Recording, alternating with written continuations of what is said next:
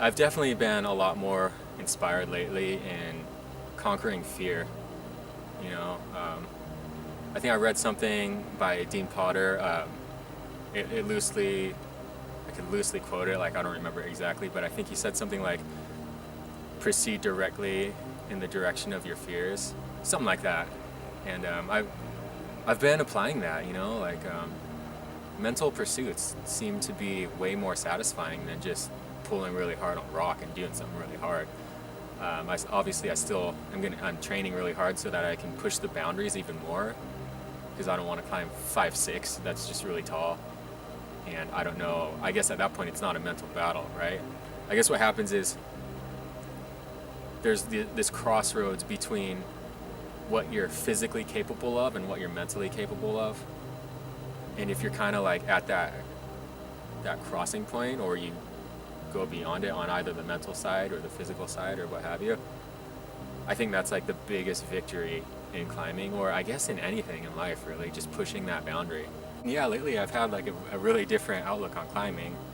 I used to be so focused on powerful moves on some really steep overhangs, some really small stuff because I wanted to feel safe. But now it's like I'm trying to expand everything from mountaineering to just being outside on something really tall and sketchy. Definitely something different here is climbing this splitter finger crack. Like it's just the torquing of the fingers down and then just bursting your fingers open. But then there's like this grace to it because you're using this lost art, this technique, and I think it's something really rad. And just expanding my horizons it's been really awesome. Yeah, this morning it's been like super wet out, so my shoes have been drenched. Like I walk up to the climb and then I have to wipe them off on my pants and rub chalk all over them and then just stand on my shoes to try to get them dry enough to get up this pane of glass.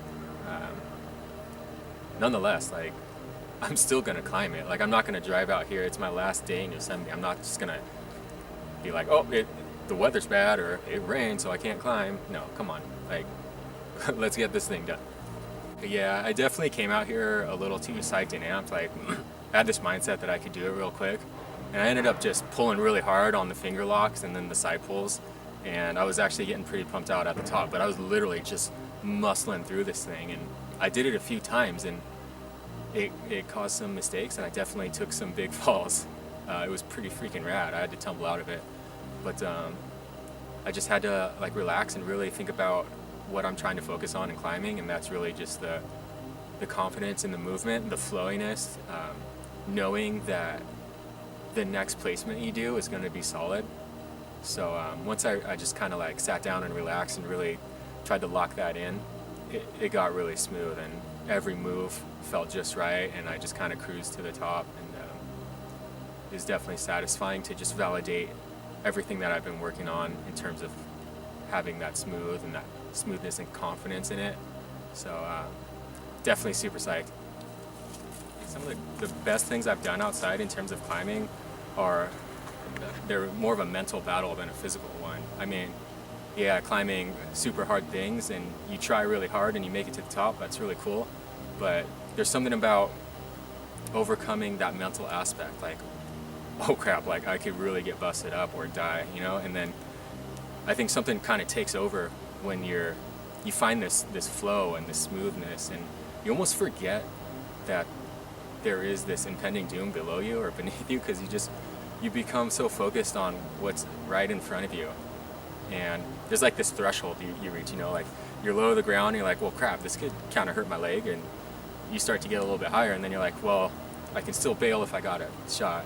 And then you get to this point where none of those thoughts really cross your mind, and you're just kind of, you're climbing. I don't know if like the danger just unlocks the next level or something, but it's something I'm definitely exploring a lot more, and it's giving me so much more satisfaction in climbing. I'm really just enjoying it.